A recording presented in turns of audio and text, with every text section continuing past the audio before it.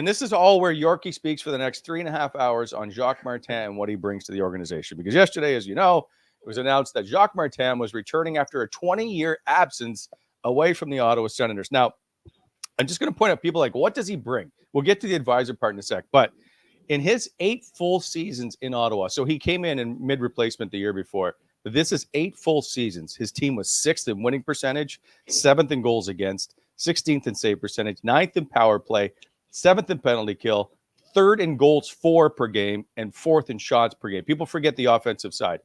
This is just the point to make that he's basically coached them to a top 10 for 8 years. That's how good he was. We talk about details. He was all in on details, and that's exactly what ended up happening. And what this team needs right now are details. Yorkie, I will defer to you to give me your assessment of bringing in someone with very articulate and very, very smart. Yeah, I think you laid it out pretty well what Jacques brings. So when I first had Jacques, it was when I got traded to Ottawa. I had been in, and I've, just to tee this up, I've played for a lot of different coaches. I played for Scotty Bowman, Brian Murray, Barry Trotz, Ron Wilson, Barry Melrose, I've Dave Lewis. I've had all kinds of coaches. And I will tell you this, the most prepared, detail-oriented guy I have ever played for is Jacques Martin.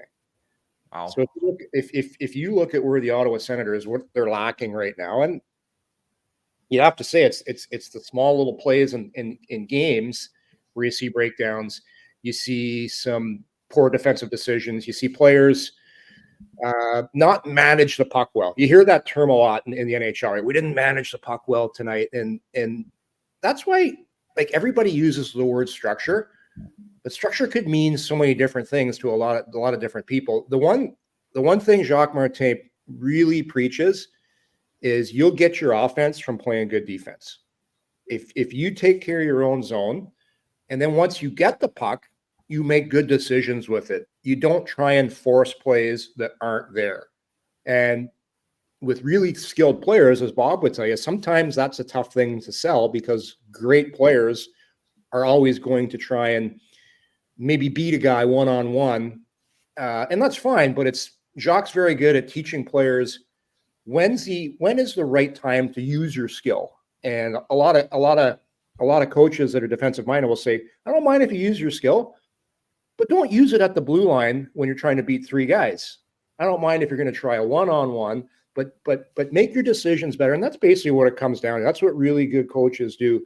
They teach you the right times to use what kind of skill set you have. And he's also really good at identifying, hey, this is your role.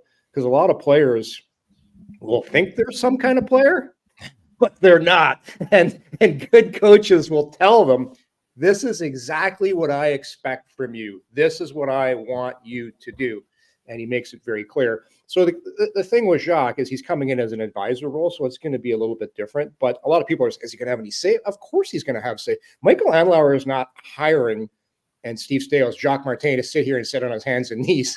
Like, he's going to have some say. And we're talking about this before with the podcast here. It'll be more of you come in and you watch the game and you add your 2 cents after the game. But no, he's very detail oriented. And it's even to the fact where we used to practice dumping the puck in. And if you didn't do it right, you had to do it again.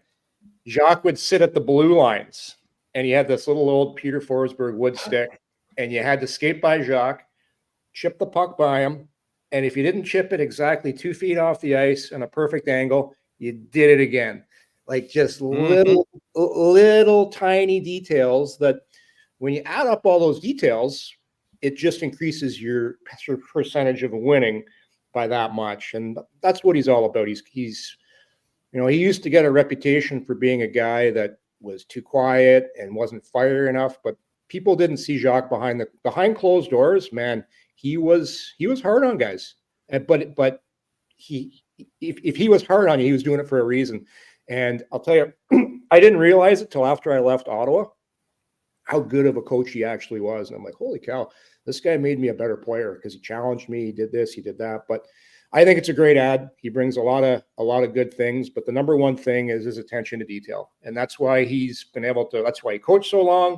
That's why he got good results. And well, you weren't here yet, and Bob, you're a little younger, but those early Ottawa teams we had were very average teams. But in 5 years, I never missed the playoffs. Not once. And the reason we made the playoffs is because we never beat ourselves. We would never beat ourselves. We would always be patient, but we had to play. We didn't have a lot of talent. So it'll be interesting to see, like his effect on a guy like Tim Stützle, his effect on a guy like Josh Norris, what he can help to those types of players. And because, you look at Marian Hossa, guys, I maintain Marian Hossa is one of the best two-way players of his generation. Marian Hossa learned the game from Jacques Martin. So that tells you a lot right there.